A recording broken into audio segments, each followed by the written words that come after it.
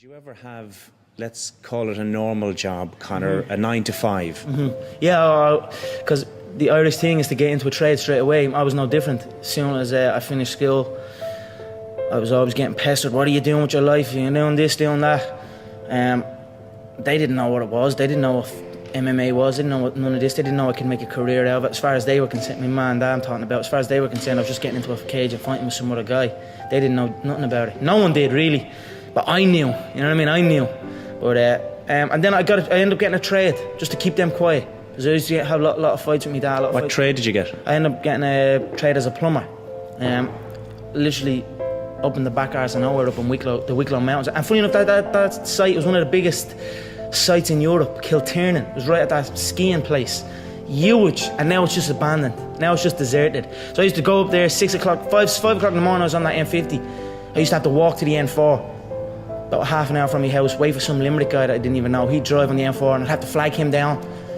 Nightmare, yeah. 2 hours down on the M50, 2 hours back. Literally 14-hour days, and I was the first year, so I had to go and do everything. I had to go to the shop, I had to go and get this and get that. So I always had trouble with that, and I was like, this isn't for me. This is not for me. How long did you last? I lasted 18 months doing it.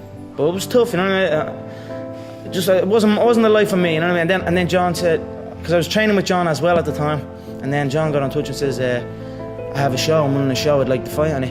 And then that was it. I just packed it in, didn't show up. My dad used to come in and punch the head on me and like try and drag me out of bed. And I just wouldn't go, you know what I mean? I had an uproar for a good few years with him over it. But, and that was it, I just packed it in, quit, and then focused on training. And I knew what was gonna happen, I knew I was gonna get here. They didn't. It was a lot of stressful years, you know what I mean? A lot of tough times. But I proved them wrong. I proved myself right. I was working in the plumbing business at the time, yeah, but I'm trying to think. It would have been around that time that John, last year I'd left the plumbing business. I left the plumbing business. How bad was that? The plumbing? Yeah. Horrendous. Were you actually in the trenches? I mean, it was an industrial. Ooh. So it'd be like building this. It'd be like the plumbing that would be needed in a place like this. 6 o'clock in the morning, and the motorway. And I used to have to walk for about an hour to get to the motorway, and then I'd stand on the edge of the motorway and wait for a bloke to drive by so he'd give me a lift. And then the motorway was like getting renovation at the time, so it'd take me 2.5 hours to get to the place. It was out in the country. Then I'd be there for 10 hours walking, and I was a first year, so I was the worst of the worst, you know what I mean? It was only beginning. Then 2 hours to get back in the traffic again. It was just a horrible time, and I was like, you know what, I don't want to do this. And then I just left, and then I just stopped going, didn't get out of bed. Then my dad would come in and try and bait me out of bed, and we'd have fights, and literally for a good while I never spoke. I didn't really speak to my dad. We just kind of stayed away from each other. Anytime I come across my dad, anytime we did speak was to fight. You lived in his house? Yeah, I was only 18, 17, 18. But you didn't talk to him? Isn't that kind of awkward? Yeah, well, not like it wasn't whatever, you know. You didn't have just a deep relationship? No, but since this has happened, right. Since the dream has happened, since the vision that I had has come true, and like he went through a tough time as well because he got testicular cancer. Oh. So he got sick and all over, and in my head I was thinking maybe I done that because he's worried about me and doesn't know what I'm gonna do, and all these fights that we're having all the time, and like I'm talking full on fights. You come in and punch it. We're going at it. Yeah, we're going at it. You're punching back? Well, yeah, we're going at it, yeah. Wow. And what does your mom say about that, who's so protective of you? Yeah, I mean, well, I don't know. She just stayed out, you know. But since, why did it get to that point, to where he was that mad? Because I was doing absolutely nothing. I was out getting into trouble. Yeah, it basically felt like I was doing fuck all. I was a waster. You know, I was a waster. Got that called that a lot. You know what I mean? But now, like, and then when I start getting that focus and realize, no, I'm gonna make this happen. And then now that has happened, I'm making it happen. I have a great relationship with my dad. Like, we talk all the time, and I even see energy in him, and I see energy in me, man. It's depressing times for a lot of people in Ireland. There's a lot of bad stuff going on in the country. A lot of people are struggling. Everybody's struggling.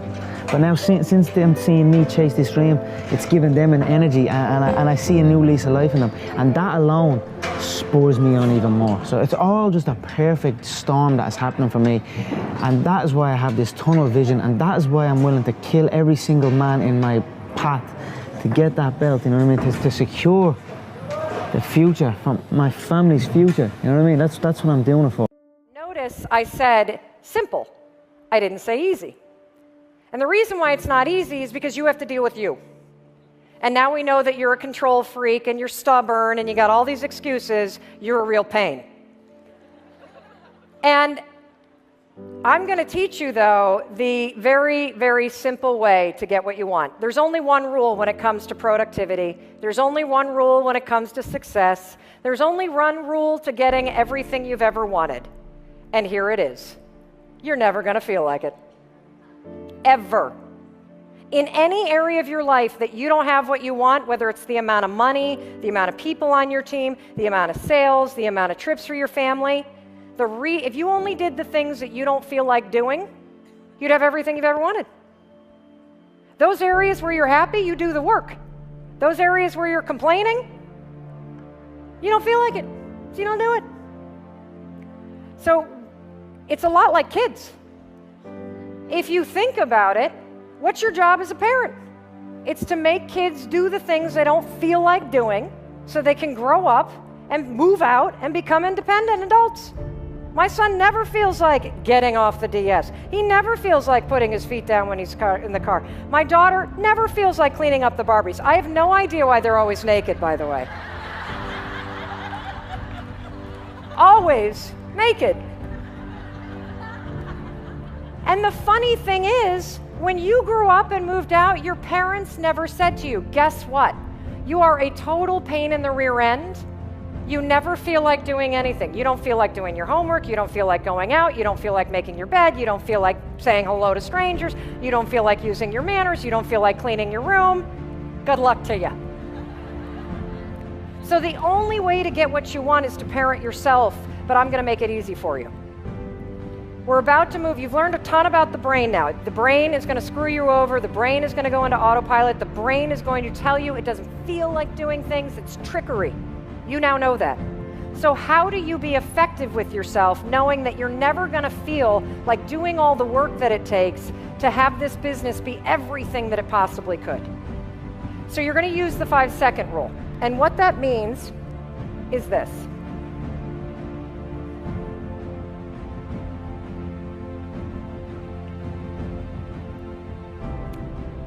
From the moment that you have the idea, I should email out the fall collection. I should go through the contact list for my college or university and reach out to people. I should go through my contact list and invite 23 people this week to just take the dogs for a walk. I should make a request of a friend and ask if I can come to a presentation at lunch at his law firm. From the second you have that idea, you've only got 5 seconds to take action. Otherwise, it's gone. Your brain will swoop in so fast, it'll be like, uh-oh, there's an idea. No way. No way. You don't feel like it. You're overwhelmed. You've got 5 seconds, and that's it. Today, I want you to practice this because what you're going to notice is you're going to notice a little bit later, like in the networking section and afterwards and in some of these events after this particular speech, you're going to notice that you have an impulse. You have an impulse to walk towards somebody that's really successful, that's built a team that could possibly help you. And guess what? You're not going to do it. You've probably had them the entire time that you've been here. Oh, I should go over and talk to this person. I'll catch them later. Oh, that person looks really interesting. I don't know. I should really take some photos of this fall line and start to, that might be too pushy. So what you do, how does it work? You have the thought, you've got 5 seconds, that's it. And what do you need to do? Just say something out loud, that's one way. You could start walking. The second you feel like you should meet somebody because you're drawn to them, again, it's from here, it's not from here, start walking. Because if you're already walking, the likelihood is you'll actually make it to them. And then you're gonna say something. Write it down, schedule it, send an email to yourself, or make the request. One of the things that was so interesting about talking to Tara this morning is it was clear that a couple people had been in there sharing their brains out about Jay Hilburn. And yet it never progressed into the side of the conversation of, would you like information? Would you like to do it? And I'm sure whoever it was that was lying on the table probably had that thought, like, I should probably say something. Should I? Getting a facial, is that weird? To be talking about business at the same time? 5 seconds gone. Talk yourself out of it.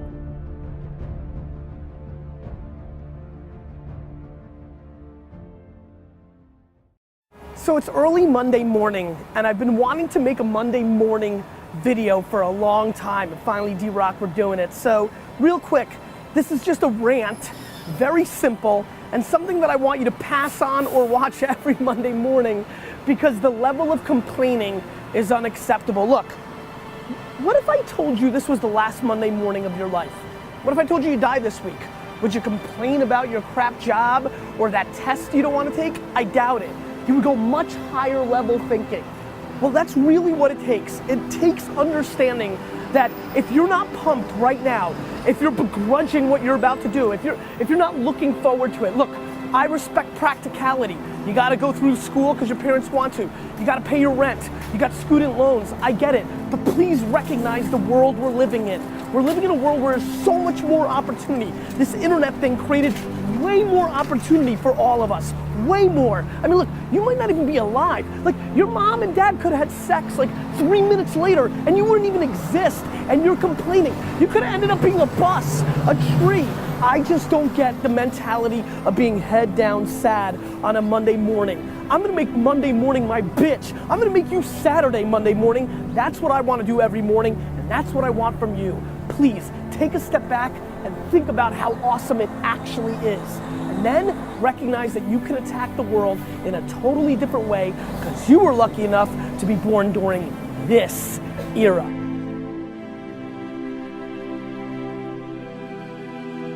You need to care about everything, and it starts with yourself. Look yourself in the mirror and ask yourself, what do I want to do every day for the rest of my life? Do that. It's coming. Stop crying and just keep hustling. So many of you that actually want this have the skills to do this, right? And sometimes once in a while just need to see a different version of it to understand, right? To me, this is an video, right? Did you mail it in? Did you mail in that 15 minute call got canceled? You had a packed day, 15-hour day. It got canceled. What are you doing in that 15 minutes? And by the way, sometimes those 15 minutes are absolutely worth calling your mom, calling your daughter, FaceTime with your kids. Every minute has to count. Every minute has to count if you want so much, because you just don't have as many of them as you think. You just don't. And you need to start creating layers and layers and layers and layers of skin to be able to get through, because the glamour of being an entrepreneur, the goodness, you get very confused by my optimism, because it's my optimism. I can't help it. It's just how I roll. It's probably one of the variable 1% reasons why I'm successful. But please, don't get it twisted. This is hard. Every day is hard. And if you don't have the stomach to weather the storm, you will not be successful. I'm scared that you don't realize that you're entering the greatest 5-year window of your life. If you are 22 years old and graduating from college, shit, if you're 22 years old and not graduating from college, if you are 22 years old, you are entering, first of all, some of the greatest years of your life, A, but B, this is the moment. Watch this video twice. If mama's watching this, send this to your daughter Sally right now, because you have to understand, this next 5-year window is when you don't go practical and safe. This is not the time to get the job mom wanted you to. This is not the time to try to maximize as much money so you can buy a fat whip. This is the time to realize that you have a 5-year window, and it's 3 for some, it's 8 for others, but this is a 5-year window for you to attack the life that you want to win, not because it's the secret or because the world's so zen, because it's fucking hard as shit out there. As a matter of fact, I'm probably more scared about your naivete to how hard it. Class is easy, right? What you've been doing for the last 16 years is easy. It's a fucking bullshit game. It's structured, it's easy. The world, this thing is hard. However, that contradicts what I'm gonna tell you right now, which is this is the best and easiest 5 years of your life, because this is when you need to attack what you love and what you want to do. Here's why. You don't have all the baggage. You may have college loans. Respect, it's hard as shit. You may have the expectations of your parents, mentally hard, fake hard. You may have a lot of other things, but this is exactly when you can live with 4 roommates in a basement and eat fucking fast food. Do you understand? This is not when the baby's there. Some of you have babies. This is not when you've been married and you promised. This is not when the world has sucked out all your dreams and hopes yet. You still got this window. And yet, so many of you are so hungry for short-term gains, like maximizing the job that paid you $3,000 more, but it's not as fun, but you want that $3,000. For what? For what? For a new iPhone? For what? You get to live life one time. And this is the time right now to understand what's actually happening and actually map your behavior to something that will impact you for the next 80 years. So promise me, all you youngsters that are watching this right now, in the fucking comments, because I'll jump in and talk to you, promise me that you understand that the land grab of happiness starts right now. That you don't have to worry about getting that job. What you should do is go and travel and learn. Go and start that business that you've always wanted. Hook up with those 3 teammates and start that band you've always wanted. This is the time to be massively risk oriented. I know that this is when you're supposed to grow up and go see the world, but guess what? The world isn't what mommy and daddy told you. The world is exactly going to be what it's going to be, with or without the way you thought it was gonna be. A ton of shit is gonna change. The world changes every goddamn day. Right now, what you need to recognize is you can afford to.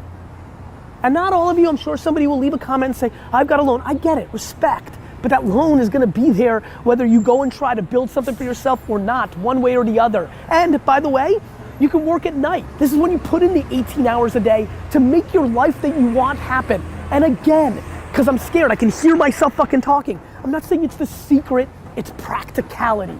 When you are in your early 20s, this is when you can grind at your highest levels, because there isn't all the fucking baggage that comes across through life. It's harder for the 42-year-olds that are watching right now to listen to this advice. You can't just wake up tomorrow and be like, let's go, because little Sally has soccer fucking practice, and because you've got a million other things that are holding you down.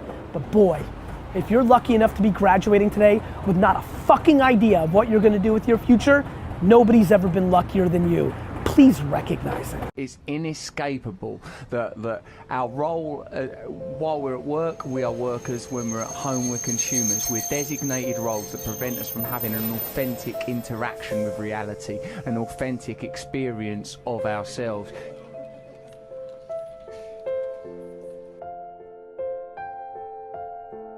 You work in order to make money to play. This is insane, because you spend most of the time working. If you don't really value the work, I mean, you're lucky if you've got work that you really enjoy doing, but if you don't really value the work, all you get out of it is money. Then you come home with that and you're supposed to play. They sit and passively watch television, and but we don't enjoy it. Not really. There's no gusto for it. It's somewhat contradictory. Happiness consists in the possession of things. A lot of people, when they feel inadequate, bored, unfulfilled, try to get rid of this sensation by going shopping. A lot of people spend all their daytime shopping. Yes, the real world now is always unseizable. It's changing. You can't grasp it. There's nothing to hold on to. But that's why it's spiritual. When you lean on it, it collapses. But don't lean on it. Live in it, but don't lean on it. Don't try to hold it. Because in just the same way as when you embrace someone and you try to hold too hard, you squeeze the breath out. And therefore you strangle. So in the same way, you don't grab hold of the world. You can't sense it that way. I cannot feel whatever this is. That the physical world, right here and now, this absolutely concrete moment, is everything that you could ever have imagined the beatific vision to be. This is quite startling, but it's so. If you are really wide awake. It's a kind of a light touch. You let it flow through your fingers. And so by letting life slip, and it's always slipping, it's now ever changing. It's the more it runs, the more it stays. The more it stays, the more it runs. That's the way it is. And if you don't hold on to it, it's always here. If you do hold on to it, it's always running away.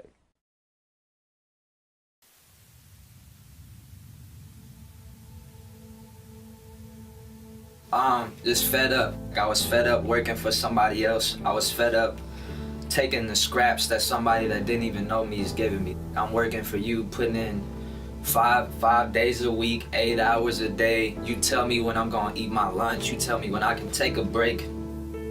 It was heavy labor too. Like I had to, I was in this area in the building warehouse work where every kind of package that I had to deal with was 35 pounds and up. So you dealing with like 70 pounds, 100 pounds every day, back to back to back to back to back to back to back, and you finna tell me I can eat for 15 minutes. It just didn't sit well with me, and I knew I had too much to offer to the world, so I left. I was working to get enough money to be broke. You know what I'm saying? After I pay that cell phone bill, after I pay my rent, pay insurance and all that, I had enough money to eat. I had no money to really pay for studio time or to pay for, sometimes struggling for gas. Like that last day, I'm waiting on that Friday check, not knowing if I'm gonna make it to work and shit. I'm working to be broke. You at work playing time games like, oh, I'm not gonna check my phone for 5 minutes. And shit. I'm like, what the fuck am I doing? Like, what am I doing with my life right now? I cannot be living like this. And to the person that's trying to live up to the expectation, you don't gotta do nothing. You don't gotta prove shit to nobody but yourself. If your mom wants you to be a doctor, like your mom she had her shot to be a doctor. Actually, if she ain't dead, she could still be a doctor. I only gotta prove something to myself. I knew what I had to do.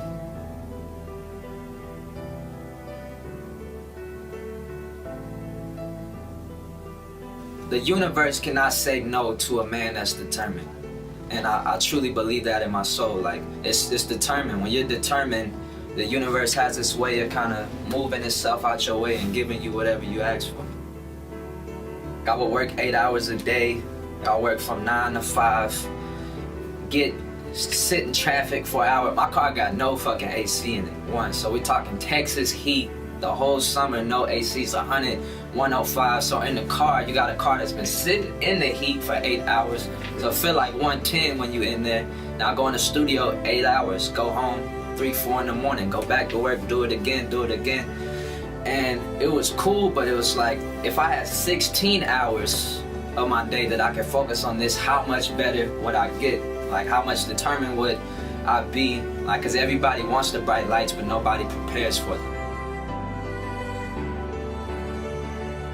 I could die right now. Something could happen. This building can fall in on this interview right now. We just gone, just dead for no reason. So why would I spend a second of my life doing something that I don't want to do? So whether that makes me a rapper where I'm living in the Hamptons or living under a bridge, I'm gonna live with the consequences.